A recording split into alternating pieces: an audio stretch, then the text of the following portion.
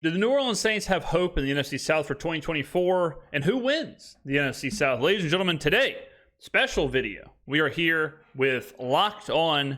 Ross Jackson is the channel this was streamed on, but it's got every Locked On member in the NFC South. So we have James Yarcho from the Bucs, Julian Council from the Panthers, and behind me is Aaron Freeman from the Falcons. So, and of course, Ross Jackson.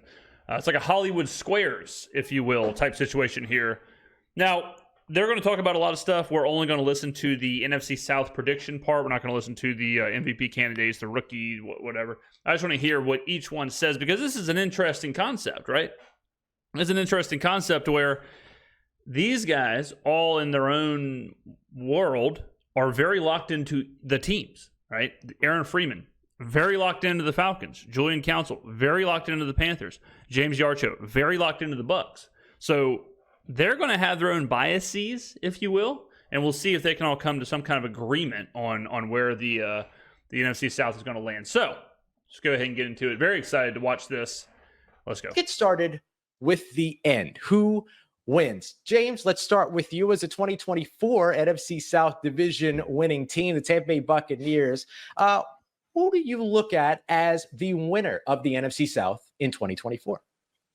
Honestly, it's a two-horse race in my opinion, but I think the Buccaneers win it again. There's no reason that they shouldn't win it again. They bring in Liam Cohen as the offensive coordinator, who has a history with Baker Mayfield. The Liam Cohen thing is obviously the most question mark area, where obviously they lose Dave Canales. Canales goes to Carolina. He is the quarterback whisperer. He got the best season out of Baker Mayfield. So dropping him, losing him, and bringing in Liam Cohen is kind of difficult. Liam Cohen, I think, does get a bit of kind of a misnomer to say, oh, he's got a relationship with Baker. Oh, look what they did in Los Angeles. And then you're like, well, yeah, but then if that's the case, why did they cut? Why did Baker leave Los Angeles? Also, Sean McVay is there. That's kind of a big deal. Sean McVay being the quarterback whisperer / offensive guru probably had more to do with Baker's pseudo success, if you want to say, because it really wasn't even success, if they let him walk. But the pseudo success Baker had in LA, I would attribute much more to Sean McVay than Liam Cohen. So he comes from the Sean McVay tree. Mm-hmm. He's going to put a lot of power in the hands of the Buccaneers offensive leaders. And then, you take a look at what they did. Everyone talks about, they're just running it back. Well, if any other team in the NFL had signed Mike Evans, Tristan Wirfs, Antoine Winfield Jr., and Baker Mayfield, and let's go ahead and throw in Jordan Whitehead, they'd be talked about as offseason champs. So it is kind of funny that the Falcons are getting all of this love for basically just bringing in Kirk Cousins. And that's going to change the entire. And now, Matthew Judon is a big part of that too, and Justin Simmons. But when you look at a team like the Saints or a team like the Bucs, but specifically the Bucs because they won the division, yeah, I'm with James Yarcho that they're going to run it back. They have probably, I would say, the best playmakers in the division with Mike Evans, Chris Godwin, Rachaad White. Obviously they signed Baker. Why wouldn't you? You just won the division, won a playoff game with them. So, yeah, I mean, they are a roster that is as consistent as it gets in this division. And for a division champion a couple times over, that's the best thing you can hear. It's hey, we've done this a few years in a row now. Let's keep everyone together. There's no reason we can't be a favorite to win this, which is why I think it's disrespectful and has been disrespectful that people are just anointing the Falcons and completely dismissing the Buccaneers. This is a team that's been together now. They're comfortable with one another. They're running a similar offense with a couple of little, variations here and there. You add in a much better offensive line, which is going to be huge. And, the Buccaneers can go toe-to-toe with any other team, in this division pretty easily. Yeah. The New Orleans Saints finished in second place last year, and I don't see them finishing in first place this year. I just haven't seen anything from this New Orleans Saints team. It's really exciting that they've got this new offense and stuff like that, but I don't feel like their roster has improved, and I don't know if Derek Carr is going to be able to execute the new offense and things like that. So I'm really curious to see how New Orleans finishes, but I don't think they're going to be challenging for first. I think I agree with you, James. I think it's going to be the Tampa Bay Buccaneers cleaning up again. I don't understand that. I mean, I don't understand, and I'm not saying the Saints are going to win the division. What I don't understand is to say I don't think the Saints can compete for the division. Why? They just competed for the division last year and they got better. The division, everyone is competing in this division except the Panthers. The Falcons, the Bucs, and the Saints all should have the same answer. We can win the division. We're going to be competing for the division. It's going to be a 3-horse race. It'll be very closely together in the win-loss column. It'll be one game apart probably for all 3 teams. And we're ready to roll. That is the answer. The answer shouldn't be, oh, well, the Bucs are going to win, no doubt about it. Oh, the Falcons are going to win, no doubt about it. Oh, the Saints are going to win, no doubt about it. That shouldn't be the answer. The answer should be 3-horse race, incredibly close. Every team can win this division besides the Panthers. I think that the opportunity to continue when it comes to continuity, that there's value in that. There's very much value in keeping a team together, even with a new offensive scheme. Liam Cohen, absolute genius. Very much looking forward to seeing what Tampa's going to be able to do. And I think, but well, I mean, again, people talk out of both sides of their mouth where you could say that exact same thing about the Saints. Like, there is something for the continuity. There is something for keeping this group together. There is no turnover. James, what about the offensive coordinator? Same exact situation with the Bucs. Same exact situation with the Falcons. Although the Falcons, they did bring in Kirk Cousins, so they actually do have a huge amount of change. So that's why it's so similar. All of these teams are in the same bucket. Like, they're all doing the same thing. They're all trying to do the same thing. They're being kind of buoyed by a veteran mid-tier quarterback with Baker Mayfield, Derek Carr, and Kirk Cousins. They have established an established core roster. All 3 teams are the same. The Falcons have their established core of Drake London and Bijan Robinson and Kyle Pitts. The Buccaneers, we just talked about it, Mike Evans, Chris Godwin, Rashad White. The Saints, Chris Olave, Alvin Kamara, Taysom Hill, Rashid Shaheed. And that's it.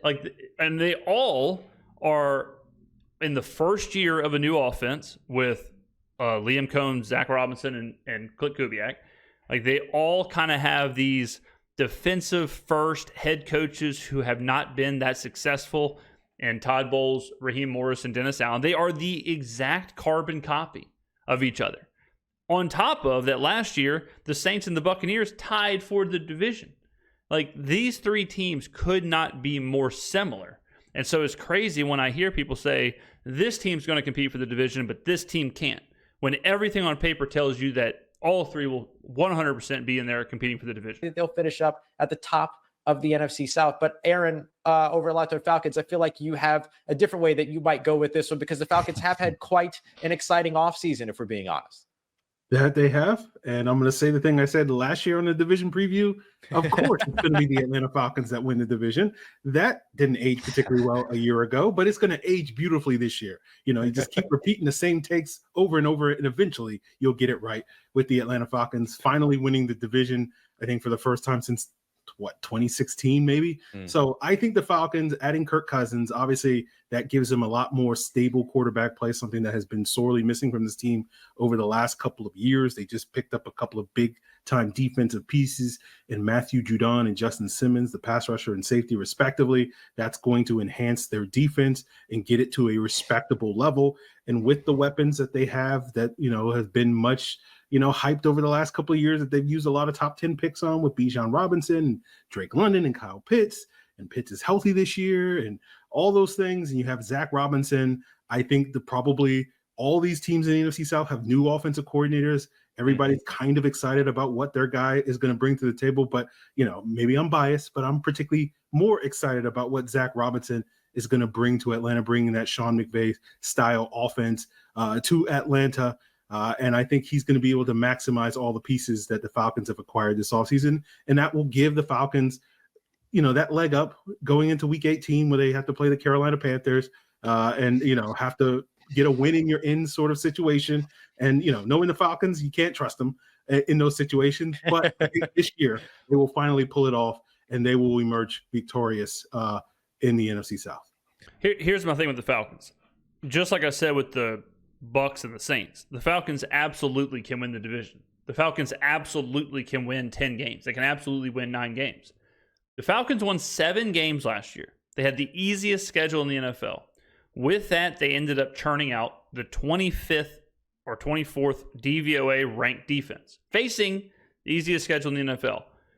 Is Kirk Cousins an upgrade over Desmond Ridder and Taylor Heineke? Yeah, obviously.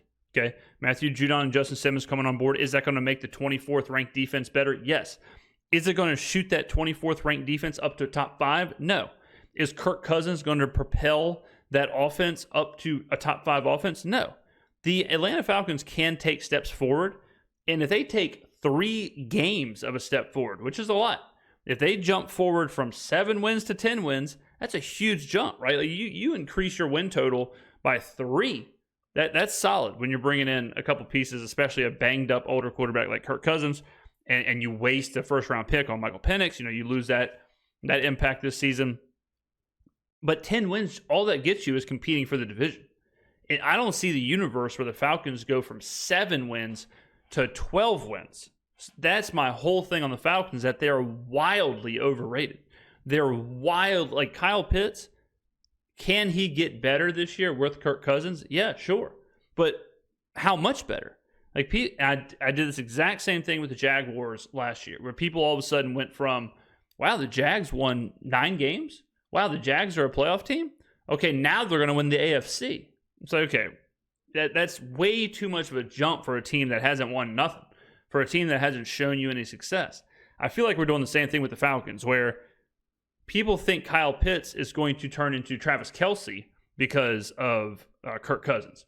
He needs to turn into George Kittle before that. He needs to turn into Mark Andrews before he's turning into the best tight end in the NFL. Drake London, people are like, oh, he'll turn into the next Justin Jefferson. He needs to turn into Chris Olave before he's turning into Justin Jefferson. So we're skipping all of these steps. Raheem Morris is like 14 or 15 games under 500 as a head coach. He hasn't even proven he can win as a head coach, much less win 12 games in a season. Zach Robinson hasn't even called a play as offensive coordinator. He needs to prove that he can do that before he's the next great OC. Right? Same with Clint Kubiak. Clint Kubiak has a little bit of some experience from his time at Minnesota, but Kubiak, he's got to prove it first, and that's why I've kind of pushed the idea of like him being the head coach if we fire Dennis Allen. It's like he hasn't even done the job he's being asked to do yet, and people are already ready to give him a bigger job. Okay, the Falcons haven't even went over 500, and people are saying this is a 12-13 win team. This is the 1 seed in the NFC. That's where I push back on the Falcons. Don't get it twisted. I'm not sitting here saying that the Falcons are going to win 7 games or 6 games or whatever. All of these teams are just so similar, and the disrespect, it's just the ultimate like easy news headline where they see Kirk Cousins, he's the big splash, thus they have to be the team that wins the NFC South. But I think it's unfair to the Saints and it's unfair to the Bucs. And I think it's unfair from Ross, honestly. I think it's unfair from him to sit up there and say the Saints cannot compete for this division. I think that's crazy. After they just competed for the same division against virtually the same opponents with a horrible situation with Pete Carmichael and the offensive line issues and the defensive line issues from the Saints last year. The idea that the Saints cannot compete for this division is absolutely ridiculous. I love what the Atlanta Falcons did. They went out and they got a great quarterback this offseason. Unfortunately for them, timing-wise, they signed Kirk Cousins first, but I'm excited to see what Julian Council, Locked On Panthers. How do you see this division shaking out at the top? Yeah, I agree with James. And you guys are saying this is probably going to be a 2-horse race between Tampa and Atlanta this season. I do like what Atlanta. Yeah, again, I'm about to throw up all over my keyboard if I hear that again. What does that mean? Like, what? Like, really paint me the picture. Somebody called Michelangelo, and I ain't talking the turtle, okay? And paint me the picture of how it's a 2-horse race. What is the Saints' record, and what is the Bucs Falcons record in this 2-horse race? Because, and my blood pressure, I can already feel it getting high. If it's a 2-horse race, you're telling me that the Bucs and the Falcons are probably like they're both in that 10-win, 11-win category. Okay, so then where are the Saints? Because if the Saints are at 9 wins, guess what? It's a 3-horse race. So you're telling me the Saints are at 7 wins? That's the projection here, that the Saints are at 7 wins, Bucs are at 10, Falcons are at 11? That's it? Because I don't see it. I don't see that shaping up. I really don't, and I'm sick of that narrative. Atlanta's done bringing in Kirk Cousins. He's probably the best quarterback in this division. Now, that's not necessarily saying that much, considering Derek Carr. He's had his struggles. They're the same. Cousins is the same as Carr. Carr is the same as Mayfield. Mayfield is the same as Cousins. They're all the same. They're all 78 to 81 overalls in Madden. Like, who cares if one is an 81 and one is a 79? Is it really that big of a difference now? Back when he was with the Raiders, and so far his first year also down in New Orleans. I love what Baker Mayfield was able to do last season with Dave Canales as his play caller, and the fact that he does have that relationship with Liam Cohen dating back to their brief time back with the Rams. That should help the transition there, as he's now seemingly, I guess, their quarterback for the next couple of years. I don't know how long-term that's going to be. Yeah, obviously, he just signed a $100 million contract. And there's a lot of enticing pieces there on that offense. Love it. Let's take a look at our friends over at FanDuel. They have over-unders in terms of win totals for each of these teams. Julian, if you don't mind, let's stick with you and the Carolina Panthers here. Over-under 5.5 wins. What's your expectation for this Carolina Panthers team? Expectations not to be 2-15 again. I think that should be fair. Sure. Exact same thing I was talking about with the Jacksonville Jaguars and the Atlanta Falcons. Like, the Panthers are a 2-win team. They've been consistently the worst team in the NFL for the last couple of seasons. So they're like, what they have to do now is get to that 4-ish, 5-ish win threshold. For them to jump up to like, oh yeah, we could be 500. It's like, brother, last year y'all weren't even leading in games, much less winning games. You know, like, I'm pretty sure that's the stat, that they did not lead in the fourth quarter. Someone check me the stat, but there's some stat out there of the Panthers didn't lead in the fourth quarter, maybe in any game. Did they win both games on walk-offs? But you can't go from that to like, yeah, we'll win 7 games this year. Yeah, we'll win 6 games this year. Yeah, right. It's under 5.5 for sure. If the Panthers got to 4 or 5 wins, that would be a huge success. They may throw a parade in the street. I still expect this team to likely be drafting in the top 5, top 10 of the NFL draft, which honestly wouldn't be the worst thing in the world. They still have a lot of needs, especially defensively, looking at the pass rush. Quarterback, it was terrible huge last need year, for the Panthers. They got rid of Brian Burns and Frankie Louvu, and they brought in Jadeveon Clowney. And right now, DJ Wonnum, not quite sure when he's going to play again. I think they're going to take a step back defensively, but you can question whether they're taking a step back after all the injuries they had last year anyway. It's kind of hard to evaluate how good that defense really was. But I've been telling people who ask me, well, how many wins you think? It's like, well, 5.5, that's their number. It sounds about right. And I just tell people, what if they tripled their win total? I mean, if you say 6-11. Exactly.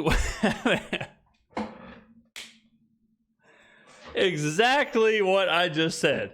I mean, ladies and gentlemen, you talk about fall into the trap. What if they triple their win total? What? How many teams do that?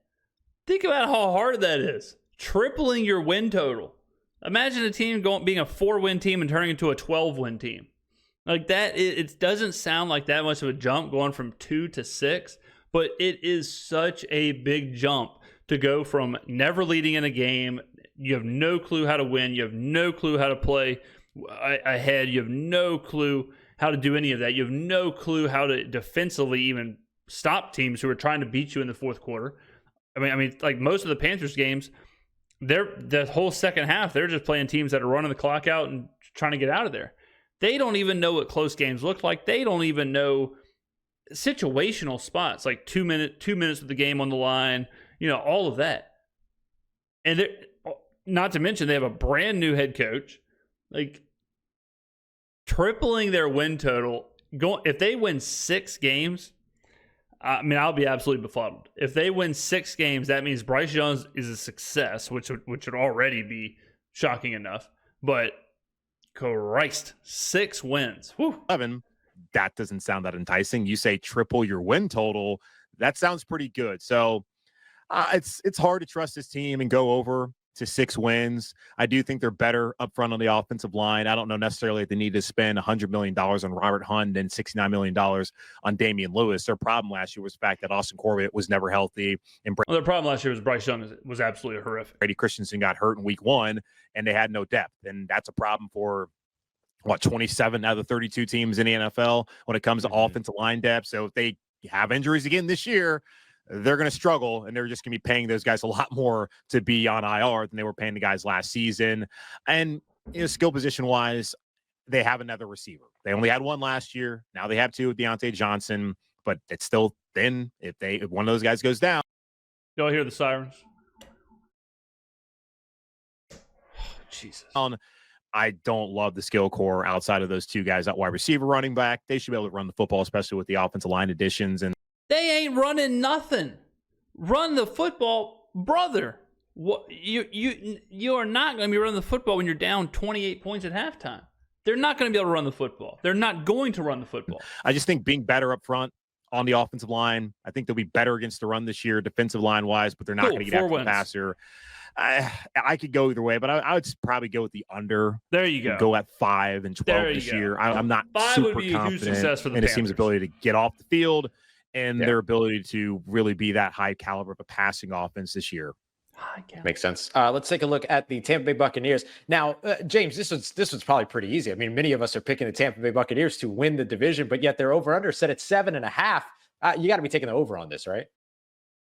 I mean, again, think about this. Think about how they're set at 7.5. Saints are set at 7.5, and people are saying, "Yeah, no, 2-horse race. Saints aren't even close." Give me a break. Oh, hammer the over. If there was a team to have regression, it would be the Bucs. I think the Bucs got, I don't want to say lucky last year. But they were fortunate, close games, whatnot. Won games they probably shouldn't have. If there was a team to face regression, it is the Bucs. It is hard for me to see them winning 6 games, 7 games. So, I mean, 7.5, I would lean over, but I certainly wouldn't be rushing to the counter to bet over. I've said on Locked On Bucks, I feel like if this team stays healthy, and that's the biggest thing for all these teams, right? They have to stay healthy, but if this team stays healthy, I feel like their ceiling is 11 wins. I feel like this could be a team that goes 11-6. I feel like their floor, barring again like Tristan Wirfs or Baker Mayfield, going probably down, 7 wins. I feel like their floor is 8. They could, the ball doesn't bounce their way a couple of times. They could fall below 500, but still finish at 8-9, which won the division 2 years ago. I don't think it wins the division this year, but I kind of feel like that's the range that they're in. I feel like they're probably going to finish the year out 10-7, a 1-game improvement over last year with all the additional weapons and Liam Cohen there. I do not believe the Buccaneers will be a double-digit win team. I think they'll probably be 9-8, somewhere in there. But I could absolutely see 7. But like I said, I would lean over. I see them close. I see them in that 8 win. If I had to throw a number on there, I'd say the Bucs get to 8 wins. And all that. So yeah, at 7.5, this is back-to-back years now that the odds makers have drastically underrated last year the Buccaneers in the over-under. Yeah. Aaron, the Falcons right now over with their friends at FanDuel are at 9.5. They might not need to hit the over to win the division, but will they? I would have said 2 weeks ago, no, they probably won't hit the over at 9.5. I would have probably predicted them to win 8 or 9 games, but then with the additions of Judon and Simmons, I think it gets their defense to a respectable enough level where they actually will stop people, right? The thing with if you think Matthew Judon and Justice Simmons is increasing your season wins by 2, no wonder FanDuel sponsored this. Good Lord. I mean, these guys, they might be able to go get a marker at a casino if they heard this podcast. Like Matthew Judon, Justin Simmons, going for if your season outlook is 8 wins and you sign those 2 and you go to 10 wins, I don't know about that. With the Falcons is it's not new to have a good quarterback in Atlanta. It's not new to have dynamic skill position players in Atlanta. What is new in Atlanta is having a competent defense.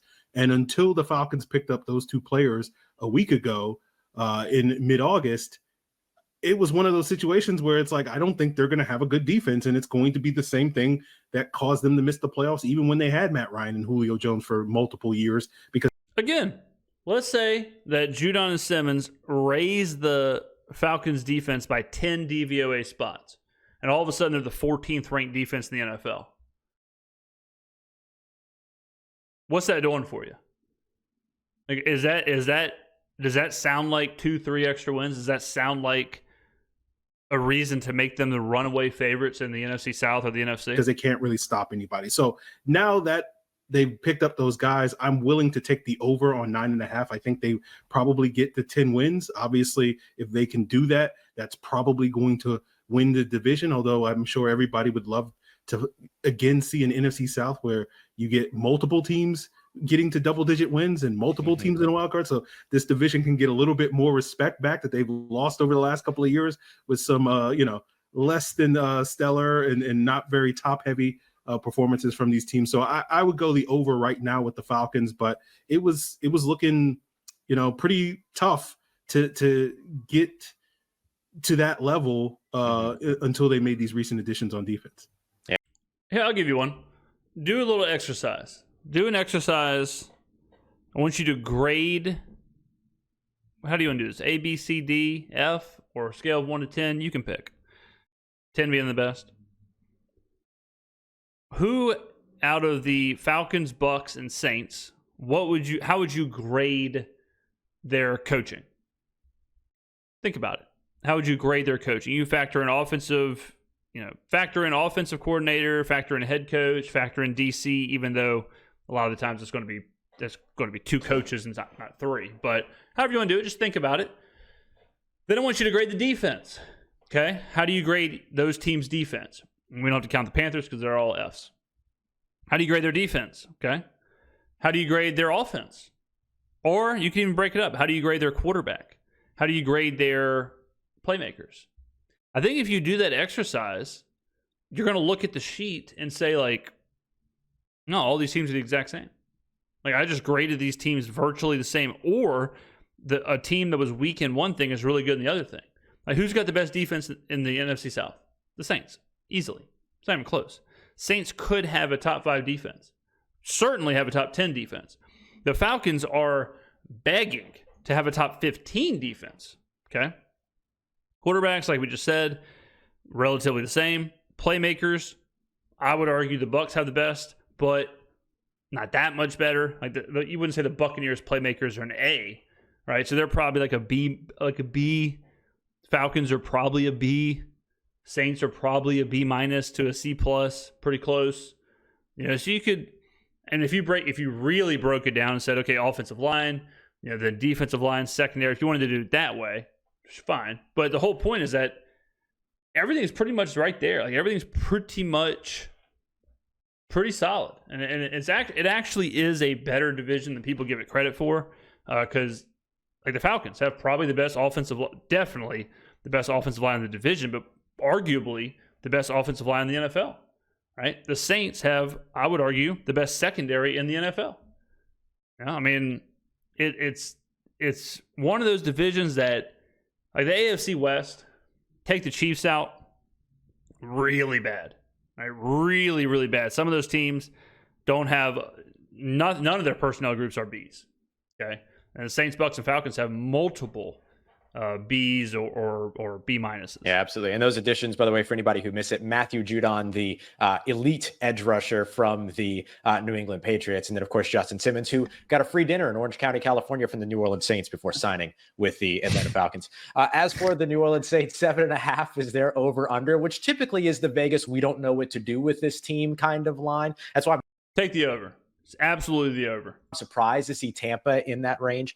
I don't know, if I'm equally honest. I would love to say that the Saints floor is 8 wins because they won 9 last year and they shouldn't be any worse than they were last year, but they might be. I love the new system and the offensive coordinator and what he's bringing because it's creative, it's fun, it's new, it's fresh, it's all these other things. But will the Saints be able to execute it? It took them 11 weeks last week to get their far less complicated offense under their belt. Is that going to be the case again here in 2024? If so, under, right? They could be a 7-win team. But if they're able to get it off the ground a little bit faster and maybe steal some of these early complicated games, then I could see them coming in under. I could really go either way on this. But I think the big thing for me is that I would probably be more willing to take the under than the over at this point. I might change my mind after week 1, but who doesn't? What the hell? I'm absolutely shocked. I'll put it to you like this. What do you think the floor of the Saints, like what do you think the Saints floor is? 7 wins, okay? Obviously, they could hit the under. Vegas, I mean, it's Vegas. Could you see them winning 8? Yes. Could you see them winning 9? Yes. Could you see them winning 10? Yes. Like, to me, there's way more variables. There's way more paths. There's way more there's way more alternatives to the over than there is the under. The under, we saw it last year. Like, the schedule is weak enough to where even if all hell breaks loose, even if it's so bad that we had to fire our entire offensive staff and whatnot, it can only be so bad. Could you see a world where they win 6 games? I cannot. So rock bottom is 7, and all you need to do to not go under the win total is to not have rock bottom. Like Ross just said, what if the Saints do figure it out early and they don't take 11 weeks to figure out an offense, which I'm not sure. I don't think that's relevant at all. But if they do figure it out early, or they're not going to hit rock bottom. So you would expect 8 wins, 9 wins, maybe even 10 wins, all which are over. I think over is the play for the Saints. Coming up next, we're going to take a look. All right, we're going to end it right there. I don't know, man. I just think, I mean, ladies and gentlemen, I've said this a million times. I think it's a 3-horse race. I think it's going to be neck and neck. I think it's going to be a 10-win, 11-win, 9-win, or 10-win, 9-win, 8-win, or 9-win, 9-win, 8-win, something like that. They're going to be, all 3 are going to be right there with each other. And, it's going to come down to the last couple games. Think about how different this conversation is if the Saints beat the Falcons at Atlanta. I mean, just think about that. Think about that alone, that one game. Think about how fast that changes things. That changes the division. That changes Atlanta's win total. That changes the whole narrative. Okay? And that game is going to be an absolute tightly contested game. So I just don't see this runaway 2-horse race that everyone else happens to see. But I could be wrong. I never am, but you never know. Ladies and gentlemen, get on down in the comments below. A lot of homework. Give me your grades, your activity, the assignment that we explored here, your grades for each personnel group or however you want to do it, and you will see that those teams are pretty similar. Or say, I'm not doing that stupid homework, but I do want to see how you think this division will finish. You can either put 1, 2, 3, 4, or 1, 2, 3, 4 with their records. Up to you. God, am I the best in the business, or am I the best in the business? Ladies and gentlemen, thank you very much for watching. I will see you in the next video.